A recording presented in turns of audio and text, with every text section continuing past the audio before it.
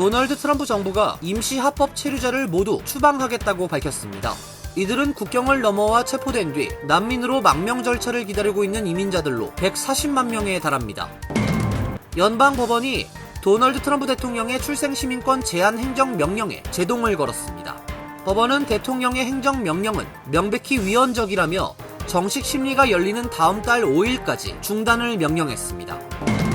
올해 치러지는 뉴저지 주지사 선거 출마를 공식 선언한 조시가 타이머 연방 하원 의원이 주민들의 세금 부담을 낮추기 위한 감세 계획을 발표했습니다. 뉴욕주 저소득 가정 난방비 지원 프로그램의 자금이 바닥난 것으로 알려졌습니다. 강추위가 이어지면서 뒤늦게 난방비 지원 신청에 대한 대책 마련이 시급하다는 지적입니다. 마약성 진통제, 오피오이드 사태를 촉발한 제약회사 퍼듀파마와 소유주 세클러 가문이 집단소송을 제기한 주 정부 및 피해자 등의 총 74억 달러 규모의 합의금을 지불하기로 잠정 합의했습니다. 이상은 오늘의 주요 뉴스입니다. 시청자 여러분 안녕하십니까? KBN 뉴스입니다. 트럼프 정부가 140만 명에 달하는 임시합법 체류자를 모두 추방하겠다고 밝혔습니다. 이들은 국경을 넘어와 체포된 뒤 난민으로 망명 절차를 기다리고 있는 이민자들인데요. 최대 2년간 합법 신분으로 미국에 머물 수 있습니다. 김태희 기자가 보도합니다. 뉴욕타임즈에 따르면 트럼프 취임 나흘째인 23일 국토안전부가 체류기간의 만료 여부와 상관없이 임시합법 체류자들을 모두 붙잡아 추방하도록 산하 최대 이민 부서인 이민세관 집행국에 지시했습니다. 140만 명의 임시합법 체류는 2023년 초부터 시작된 두 가지 종류의 입국 프로그램에 의해 생겼습니다. 그중 하나는 멕시코 국경에 머물고 있는 이민자들이 불법으로 국경을 넘는 것을 막기 위한 것으로 관세 국경 보호국 1이란 이름의 인터넷 앱입니다. 이들은 국경에서 모바일 앱을 통해 이민 법원과 연결해서 망명 신청 절차를 위한 합법적 입국 날짜를 지정받게 됩니다. CBP1 앱으로 날짜를 받고 미국에 들어온 합법 체류자가 95만 명에 달합니다. 트럼프는 취임 첫날 행정명령을 통해 CBP1 앱을 즉각 폐기했을 뿐만 아니라 법원이 부여한 이날 이후의 입국 날짜를 모두 무효 처리했습니다. 또 다른 프로그램은 쿠바, 니카라과, 베네수엘라 및 IT 국적 이민자들이 비행기편으로 들어오면 2년간의 체류를 허용한 것입니다. 이들 나라는 모두 미국과 외교관계가 단절되어서 추방하려고 해도 보낼 곳이 없는 상황입니다. 한편 백악관 대변인은 오늘 수갑을 찬 이민자들이 군용기에 탑승하는 2장의 사진을 올리고 추방 비행이 시작됐다고 밝혔습니다. 대변인은 이들의 신상 정보와 어디로 추방되는지에 대해서는 밝히지 않았습니다. KBN 뉴스 김태희입니다. 연방법원이 트럼프 대통령의 출생시민권 제한 행정명령에 제동을 걸었습니다. 법원은 대통령의 행정명령은 명백히 위헌적이라며 정식 심리가 열리는 다음 달 5일까지 중단을 명령했습니다. 시애틀 연방법원의 존 코에너 판사는 워싱턴, 애리조나, 일리노이, 오리건주가 트럼프 대통령의 행정명령이 위헌이라고 주장하며 제기한 소송에서 이 행정명령의 효력을 14일간 차단한다고 결정했습니다. 코에너 판사는 미국에서 출생하는 아기에게 자동으로 시민권을 부여해온 정책을 불체자의 자녀에게는 제한하기로 한 트럼프 대통령의 행정명령이 명백히 위헌적이라고 지적했습니다. 코에너 판사는 이 행정명령을 시행하는 법무부 측 변호사들에게 어떻게 변호사들이 이 명령을 합헌이라고 주장하는지 이해하기 어렵다며 자신이 40년 넘게 판사직을 수행해오는 동안 이렇게 명백히 위헌적인 사례가 또 있었는지 기억나지 않는다고 말했습니다. 코에너 판사의 이번 결정은 행정명령 시행을 당장 막아달란 원고 측의 요청을 일부 받아들여 긴급 차단 명령을 내린 것으로 이후 추가로 행정명령 시행을 막을지 여부는 오는 2월 5일 심리에서 결정할 예정입니다. 시애틀에서 제기된 이 소송은 미 전역의 22개 주와 전국의 여러 이민자 권리단체가 제기한 같은 내용의 소송 총 5건 중 처음으로 재판이 열린 것으로 이번에 내려진 연방판사의 결정은 전국적인 효력을 가지게 됩니다. 이번 시애틀 소송 원고 측의 소장에 따르면 2022년 미국에 불법으로 체류하는 어머니에게서 태어난 시민권자 자녀는 약 25만 5천 명으로 나타났습니다. 트럼프 대통령이 북미 대화를 재개하겠다고 밝혔습니다. 실제 회담 재개 여부 및 북핵 협상 향방에 관심이 쏠립니다. 트럼프 대통령은 어제 방영된 폭스뉴스와의 인터뷰에서 김정은 북한 국무위원장과 다시 접촉할지 묻는 말에 그럴 것이라고 답했습니다. 북한과 미국은 트럼프 1기 행정부 시절 로켓맨, 핵버튼 등 거친 말로 관계를 시작했지만 트럼프 대통령과 김 위원장의 대면 회담으로 접촉이 급물살을 탔습니다. 트럼프 대통령은 김 위원장과 싱가포르, 하노이, 판문점에서 세 차례 만났습니다. 그러나 세기의 합의에 대한 기대와 달리 북미 협상은 결국 노딜로 마무리됐습니다. 이날 트럼프 대통령은 2017년 취임 당시 버락 오바마 전 대통령이 북한을 최대 위협으로 지목했다는 이야기를 다시 꺼내며 내가 그 문제를 해결했다라고 주장했습니다. 또 나는 김 위원장과 잘 지냈다라며 그는 종교 광신자가 아니다라고도 했습니다. 이란 같은 정교일치 국가보단 북한 쪽이 말이 통한다는 의미로 보입니다. 트럼프 대통령은 김정은은 똑똑한 남자라며 자신도 오바마나 바이든이 아니다고 말했습니다. 민주당 정권 대북대화 부재와 자신의 기조는 다르다는 뜻입니다. 한편 트럼프 대통령은 취임 첫날 북한 관련 질문에 답하는 과정에서 이제 그는 핵파워를 가졌다라고 발언해 한국 정치권과 외교가에 파문을 일으켰습니다. 앞서 피터 헤그세스 국방장관 지명자도 청문회에서 핵 보유국으로서 북한의 지위라고 표현한 바 있습니다. 향후 미국이 대북 정책 근간인 비핵화 원칙을 뒤집을 수 있다는 우려가 나오는 상황입니다. 공화당 연방 하원 의원이 대통령 3선이 가능하게 하는 헌법 수정안을 제출했습니다. 현재 미국의 수정헌법 22조는 대통령의 2번 이상 임기를 금지하고 있습니다. 앤디 오글스 하원 의원은 어제 트럼프 대통령의 3선을 허용하는 헌법 수정안을 제출했습니다. 그는 수정안을 제출하며 트럼프는 현대사에서 우리나라의 쇠퇴를 되돌리고 미국을 위대하게 회복할 수 있는 유일한 인물임을 입증했다며 그는 그 목표를 달성하는 데 필요한 시간을 받아야 한다고 주장했습니다. 오글스의 수정안 제출은 트럼프가 두 번째 취임한 지 3일 만에 나왔습니다. 그는 재선에 실패한 뒤 다시 도전해 결국 재선에 성공한 두 번째 대통령입니다. 수정안이 통과될 가능성이 크지 않지만 통과되더라도 그가 3선에 도전할 수 있을지는 의문입니다. 올해 78세인 트럼프는 4년 후면 82세가 됩니다. 트럼프는 이번 선거 기간 동안 3번의 임기를 수행하고 싶다는 의지를 거듭 피력했습니다. 한편 1947년에 제안되고 1951년 비준된 수정헌법 22조는 프랭클린 루스벨트 대통령의 전례 없는 사선 연임의 재발을 막기 위해 제정됐습니다. 올해 치러지는 뉴저지 주지사 선거 출마를 공식 선언한 조시 가타이머 연방 하원 의원이 주민들의 세금 부담을 낮추기 위한 감세 계획을 발표했습니다. 가타이머 의원은 어제 자신이 주지사가 되면 주민들의 세금을 낮추고 정부를 더 효율적으로 운영하는 동시에 생활비를 더 저렴하게 만들 것이라고 밝혔습니다. 가타이머 의원은 정부 지출을 늘리기 위해 더 높은 세율이 적용돼야 하는 것은 아니다라며 더 낮은 세율 적용과 더 현명한 정부 지출이 필요한 상태라고 설명했습니다. 먼저 그는 뉴저지가 전국에서 가장 재산세율이 높은 주인 만큼 주민들의 재산세를 15% 인하할 것이라고 밝혔습니다. 이를 통해 기존 주택 소유주들이 연간 수천 달러를 절약하고 타주에 거주하는 주민들이 뉴저지로 이주할 수 있도록 만들 것이라는 계획입니다. 뉴저지주 재산세율은 2.33% 수준으로 전국 평균 0.9%보다 훨씬 높은 수준입니다. 세입자에게 연간 500달러의 리베이트를 제공할 계획도 발표했습니다. 가타이머 의원은 뉴저지주 렌트는 지난 5년 동안 33% 상승했다며 리베이트 제공을 통해 사회 초년생, 생활비 압박에 시달리는 가족, 수입이 없어 렌트 부담이 큰 시니어들이 도움을 받을 것이라고 설명했습니다. 자녀 또는 노부모를 부양하고 있는 중산층 가정을 위한 가족 세금 공제도 시행할 예정입니다. 뉴저지에서 10년 이상 거주한 70세 이상 시니어들은 주 소득세 신고 시 $1,000 세액 공제를 받을 수 있게 됩니다. 전국 최초로 재산세 중립 프로그램을 실시할 계획이라고 밝혔습니다.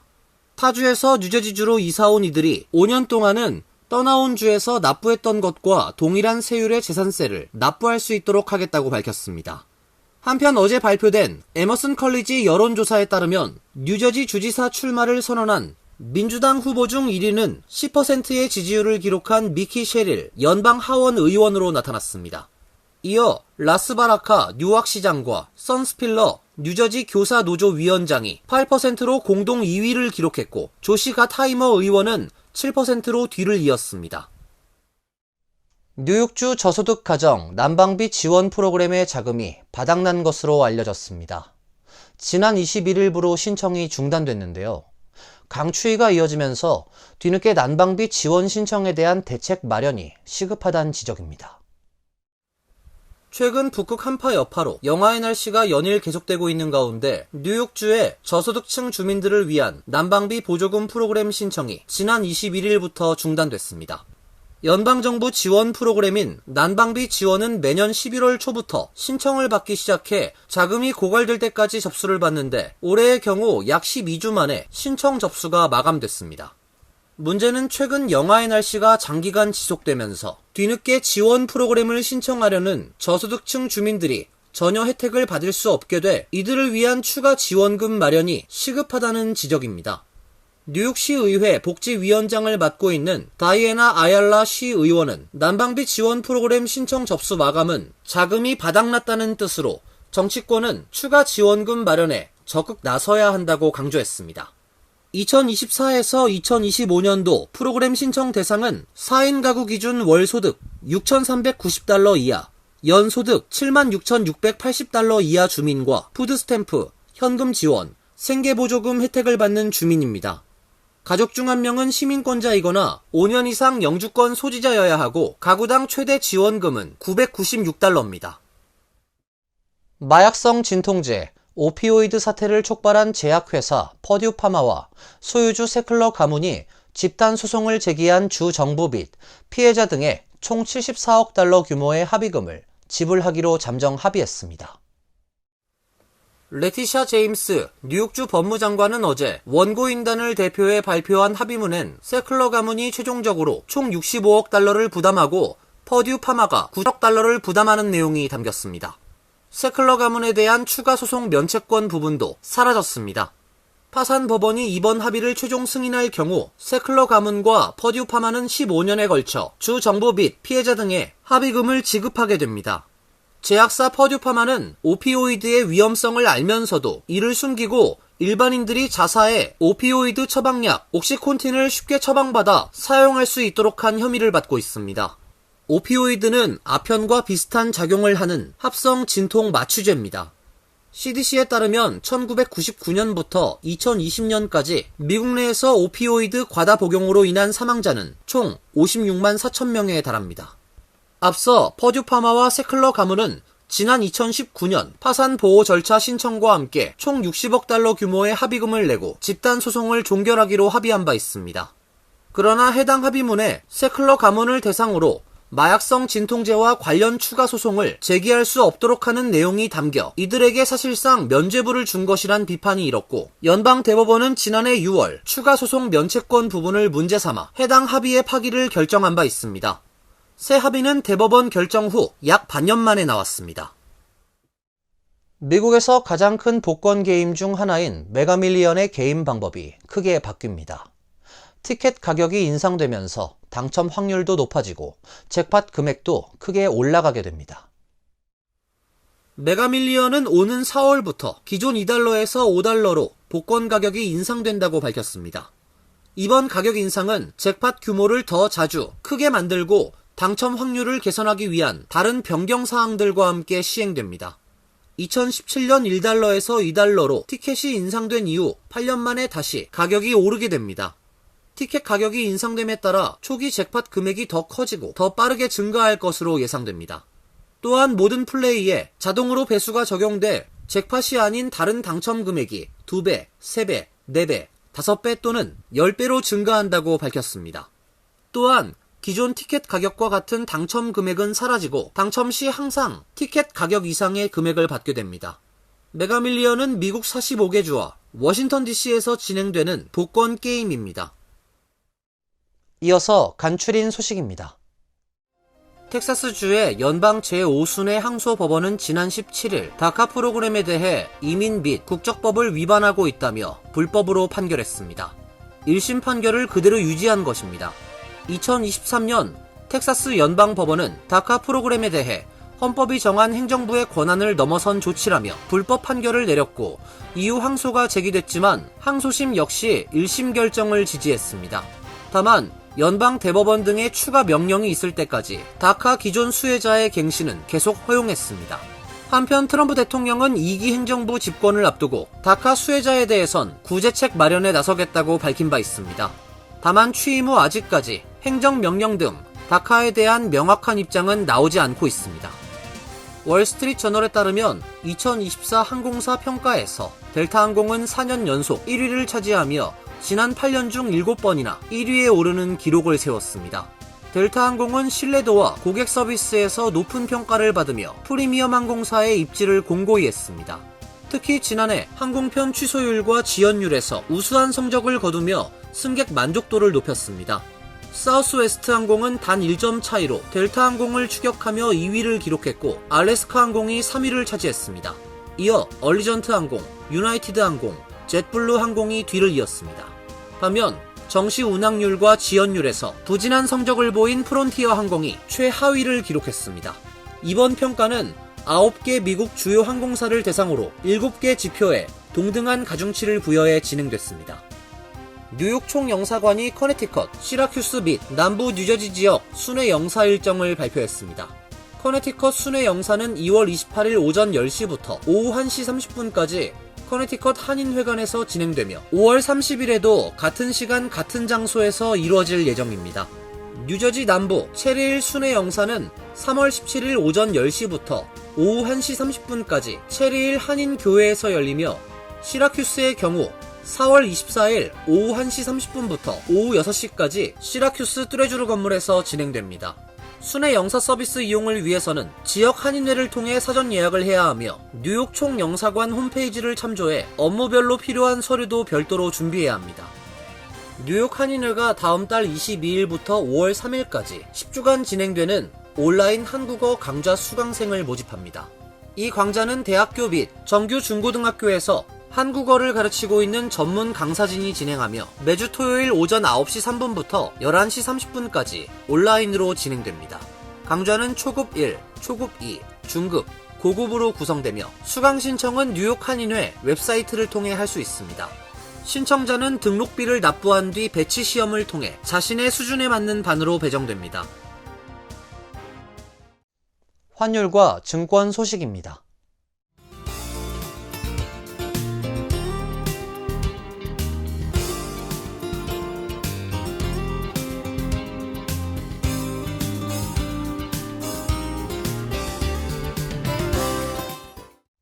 이어서 날씨입니다.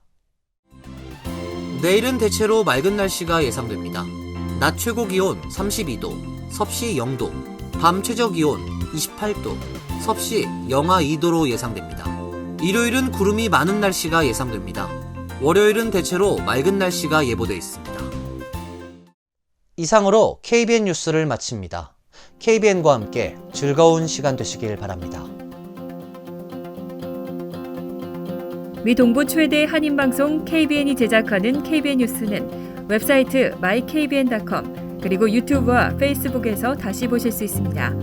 좋아요, 구독, 알림 설정은 뉴스 제작에 큰 도움이 됩니다.